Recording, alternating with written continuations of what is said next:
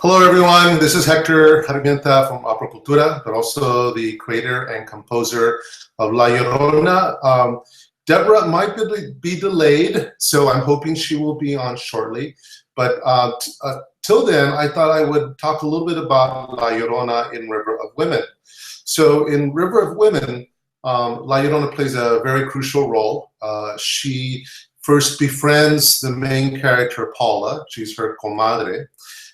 But later on, we learn of her tragedy, what happened to her. And also, she plays a very important part in the end. She befriends the young daughter, Elisa. I don't want to tell you a little bit too much. I'd rather have you come to see the show. But it's a very crucial role, and I'm really excited about Deborah Rosengaus, who will be performing. She's both a local and regional performer, and she's quite wonderful. I also want to share a little bit of what you see behind me. The picture here is actually a gift from someone many years ago, and when she gave it to me, it really made me start to think about La Llorona. I saw this picture and I thought it really captures a lot of who she is. And you can see the beautiful sort of white wings, almost skeletal-like, and these wide open hands, very ghost-like, and the open heart. Okay, so she just sent me a email. So she says, hold on for a second. Yes, she's asked me, am I online? I say, yes, I'm online. Okay, so hopefully she'll be able to join us. All right. And then over here, I'll show you a little bit, I'll bring it over.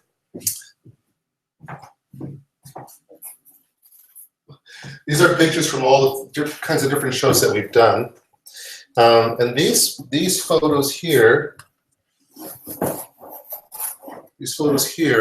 are of actually from the New York production of La Llorona. So La Llorona is a trilogy of pieces. So La Llorona trilogy. River of Women is part 2, then there's La Llorona. But this is the one that we did a couple of years ago. It was first produced and commissioned by Western Stage Theater. And these are, again, our images of our show in New York. But like I mentioned, we've done it both here, and we've done it in San Jose as well as in New York, and then Western Stage Theater produced it in 2008. All right.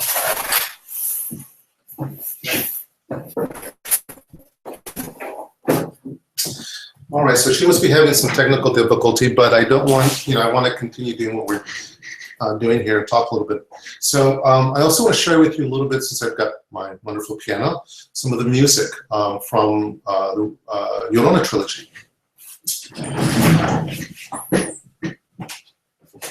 So this is actually the river.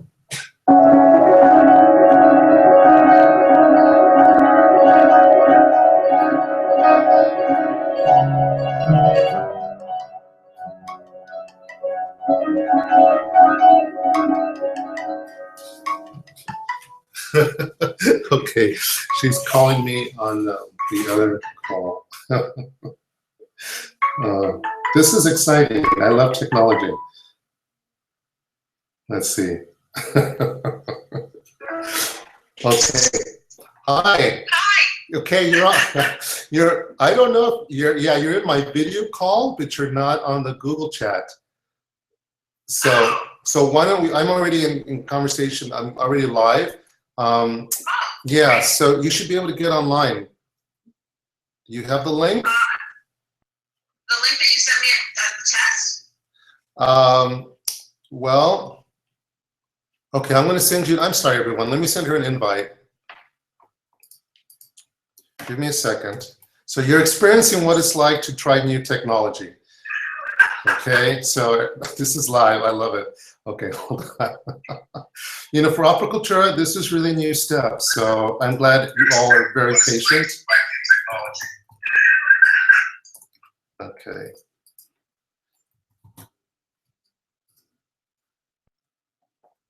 Okay, Deborah, I sent it to you. Okay, all right, okay.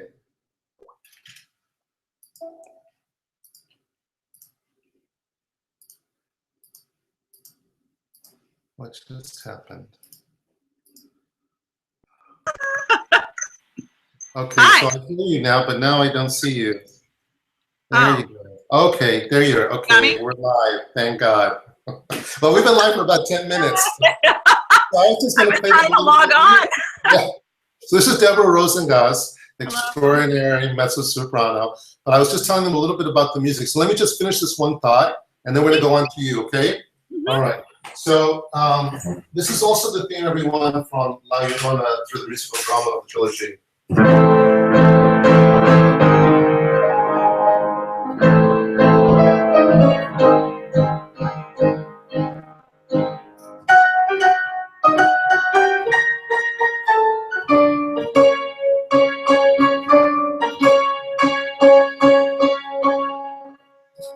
And so on and so on.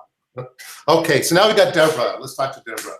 Okay, Deborah, so we've been on for about 8 minutes. So tell me, why don't we talk a little bit in terms of how you see this character, LLorona?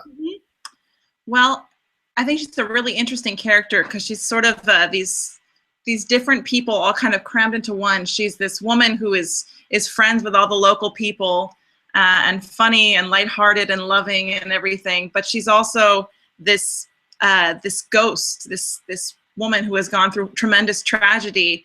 And I feel like she goes from being just a normal woman as part of the village and being sucked back into this role of being this ghost or this like it's like fate. She can't escape it, and she has to play her part.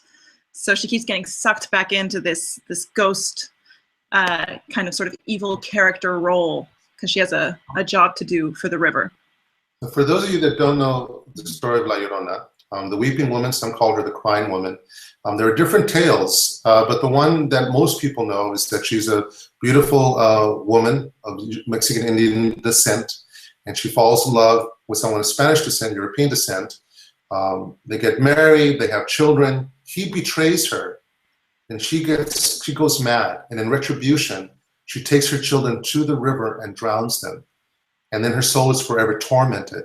And many children, you know, Mexicanos, many Mexican children are told from their parents that if you're not good, if you don't behave, LLorona will call to you, and you'll go into the river and be drowned. So sort of that's one of the weird things about us Mexicans. You know, we like this this dark thing. I don't know how to explain it. My parents never threatened me with that particular one. Yeah.